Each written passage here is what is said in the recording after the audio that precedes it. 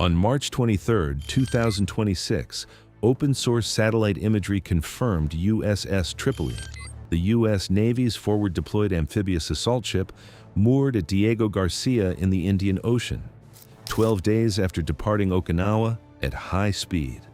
16,000 kilometers covered, and the timing is not coincidental.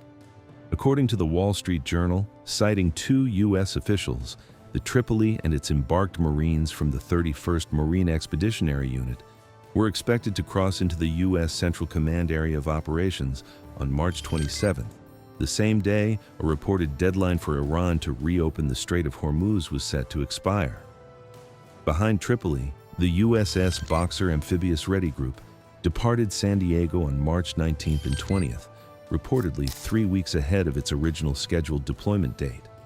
2 amphibious ready groups, combined roughly 5,000 Marines, both converging on the same theater. This is not the air campaign that has dominated 4 weeks of headlines. This is something different. And understanding what it signals and what it still cannot guarantee is what this breakdown is about. 4 weeks of Operation Epic Fury have produced results that by conventional military metrics look decisive. According to CENTCOM, more than 9,000 targets have been struck across Iran. According to defense sources, more than 140 Iranian naval vessels have been damaged or neutralized. According to General Kane's March 19th briefing, all Iranian drone and ballistic missile attack rates have reportedly dropped 90% since the campaign began. And according to reporting from Al Jazeera citing multiple officials, the joint force owns the skies over Iran. The Strait of Hormuz is still effectively closed to most commercial shipping. The gap between what air power has reportedly accomplished and what reopening the strait actually requires is precisely the gap that USS Tripoli and USS Boxer are designed to close. An F-35 from a carrier 500 miles away cannot hold a coastal position. It cannot land Marines on a defended island to clear a missile battery by hand. It cannot provide the sustained visible presence that transforms a contested corridor into one that insurance underwriters will cover again. Those missions require boots, rotors, and hulls in the water at close range. That is what 5,000 Marines on 2 amphibious ships represent. Like USS Tripoli is the second America-class amphibious assault ship, a vessel that Congress and defense analysts spent years calling a mistake because it was built without a well deck. No well deck means no landing craft through mined water. What it has instead is a dramatically enlarged aviation hangar, increased F-35B fuel storage, and the capability to operate up to 25th-generation stealth jets simultaneously from a ship that costs a fraction of a nuclear carrier. Iran built its coastal defense doctrine around water-level threats. The Tripoli's Marines arrived not through mined water, but through the air. MV-22 Ospreys and CH-53 helicopters inserting onto islands and coastline positions that Iran's beach defenses were never designed to protect against. 3 Iranian-held islands sit directly in the Hormuz shipping corridor: Abu Musa, Greater Tumb, and Lesser Tumb, each reportedly fortified with IRGC garrisons and anti-ship missile batteries. Carrier aircraft can strike them. What carrier aircraft cannot do is neutralize them permanently. Land Marines clear the launchers by hand and hold the position long enough to confirm the threat is gone. According to reporting from Time magazine citing defense analysts, the Marines could be deployed on smaller islands right around the strait to help secure coastal positions that are putting ships at risk. That is a mission the Tripoli's 31st MEU rehearsed at Exercise Iron Fist 26, Island Seizure, Electronic Warfare, Amphibious Assault, which ended on March 9th, 2 days before Tripoli received its deployment orders. What USS Boxer brings that Tripoli does not, and why the combination of both creates options that neither ship has alone, that is the next part of this breakdown. Subscribe. We build these equations every week.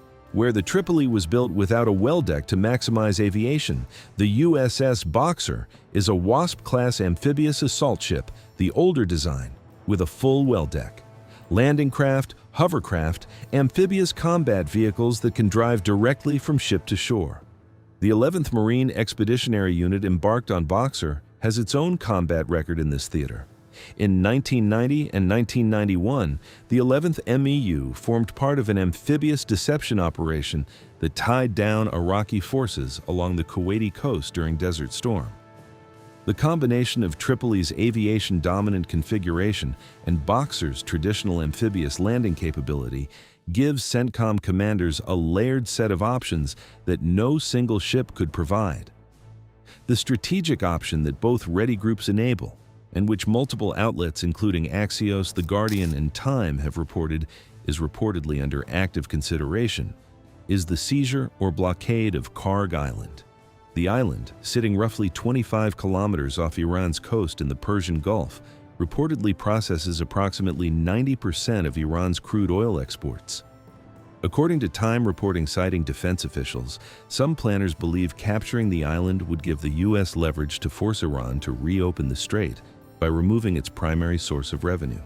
One unnamed official was cited as saying anything is possible and several options are on the table. No firm decision has been publicly announced.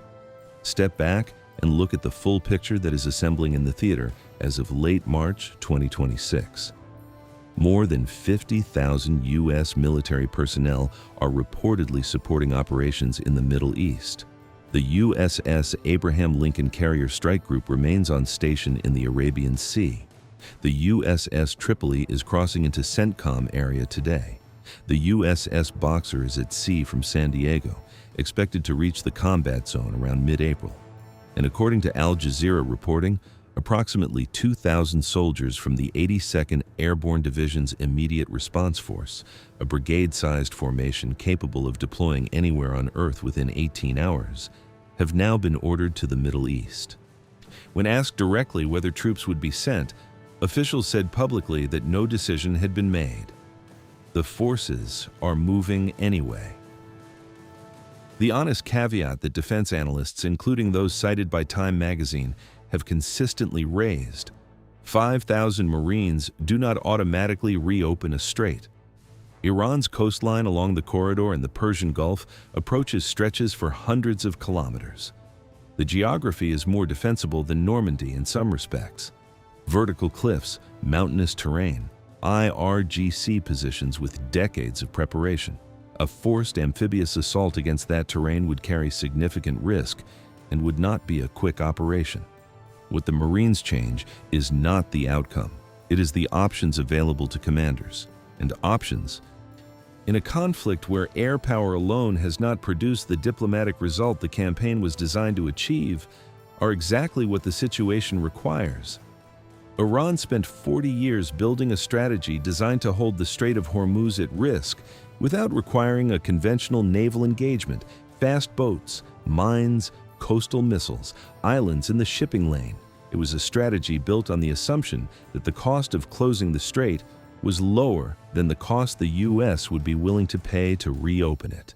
USS Tripoli and USS Boxer are the U.S. military's answer to that assumption. Not a guarantee, not a solution, an answer.